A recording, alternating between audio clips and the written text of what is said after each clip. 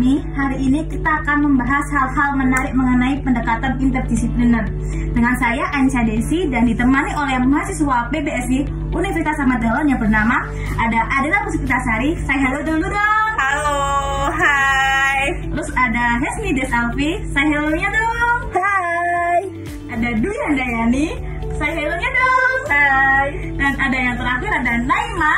Say hello-nya dong. Halo, hai. Nah, sebelum lanjut ke pembahasan, kita perlu tahu nih, apa sih sebenarnya yang dimaksud dengan pendekatan interdisipliner itu? Nah, di sini aku mau jelasin ya. Interdisipliner adalah interaksi intensif antar satu atau lebih disiplin, baik yang langsung berhubungan maupun yang tidak, melalui program-program penelitian dengan tujuan melakukan integrasi konsep, metode, dan analisis. Bila studi sastra secara interdisipliner bisa memanfaatkan disiplin-disiplin ilmu sosial yang lain, maka pada gilirannya studi sejarah, sosiologi, antropologi, psikologi, misalnya bisa memanfaatkan karya sastra sebagai salah satu sumber datanya. Nah, di sini saya akan mengambil satu contoh karya sastra, yaitu berupa novel.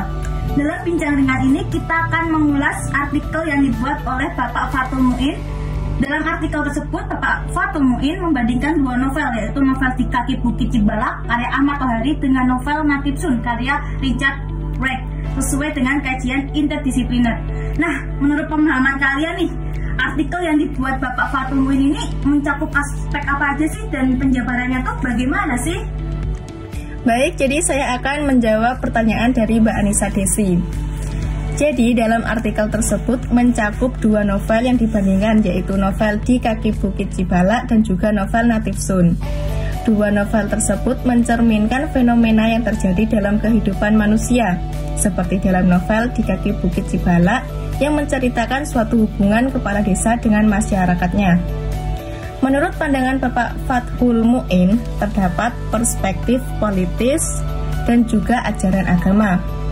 Dalam perspektif politis ini, Bapak Fathul Muin menyampaikan bahwa tokoh Si Pambudi adalah seorang yang berani mengkritisi pemegang dominasi seorang pemimpin pada tahun 1994 yang masih berbaur nuansa politik Orde Baru, yang memiliki kekuasaan terhadap masyarakatnya.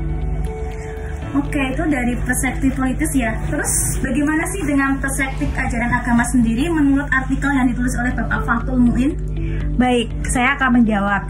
Nah, menurut Bapak Fathul Muin, dalam perspektif ajaran agama sendiri, Bapak Fathul Muin menyampaikan bahwa dalam novel tersebut diambil dari kisah nyata si penulis, yaitu Ahmad Tohari, di mana Bapak Fathul Muin mengatakan bahwa novel ini mengajak atau mengajarkan si pembaca untuk melakukan kebaikan dan menjauhi larangannya. Oke, baik. Berarti sangat menarik ya kalau misalnya diceritain sepanjang kali lebar. Nah, sekarang langsung kita mau ke novel yang kedua, yaitu novel Natif Sun. Nah, bagaimana sih aspek dalam novel tersebut, dan bisa dong jabarin sedikit tentang aspek itu tuh kayak gimana? Baik, saya akan menjawab. Novel yang kita ulas kedua yaitu novel Natif Sun karya Richard Wright. Menurut Bapak Fathul Muin, dalam novel ini terdapat perspektif sejarah, sosiologi, dan perspektif politik ekonomi. Dalam novel tersebut menceritakan sejarah sosiologi tentang orang kulit putih yang merasa berkuasa atas orang kulit hitam yang menjadikannya perbudakan secara turun-temurun dan diperlakukan dengan tidak adil. Oh, berarti merasa lebih hebat gitu ya? Padahal kan mereka kan sesama manusia dan hanya beda dengan kulit badannya. Apakah sama kulit hitam itu juga mengkritisi satu sama lain? Baik, Mbak Anissa, dalam artikel yang dituliskan Bapak Fathul Muin, si pengarang novel menyatakan bahwa terdapat juga kritikan antar sesama kulit hitam. Yang dikritik diantaranya yaitu orang kulit hitam yang terkenal malas, munafik, tak berdaya, dan tergantung pada orang kulit putih. Berarti sama orang kulit hitam pun juga mengkritik kekurangan mereka satu sama lain ya. Terus bagaimana sih dengan kondisi psikologisnya mereka? Baik, saya akan menjawab. Dari dua perspektif tersebut berdampak pada psikologis orang kulit hitam yang mana mengakibatkan mereka takut dan tidak percaya diri akibat penindasan yang dilakukan oleh orang kulit putih. Dalam perspektif politik ekonomi, orang kulit hitam dibatasi hak dan usahanya tidak secara bebas oleh orang kulit putih. Oke, berarti dari penjabaran kalian bisa ditarik kesimpulan bahwasanya penerapan sastra perbandingan dengan kajian interdisipliner dalam artikel yang ditulis oleh Bapak Fathul Muin membicarakan tentang hubungan antara isi karya sastra dengan berbagai disiplin ilmu pengetahuan, mulai dari agama, politik, sosial, dan psikologi. Dengan itu manfaatnya untuk mengkaji karya sastra lainnya. Salah satunya yaitu ilmu tentang permasalahan-permasalahan pragmatis yang dihadapi manusia.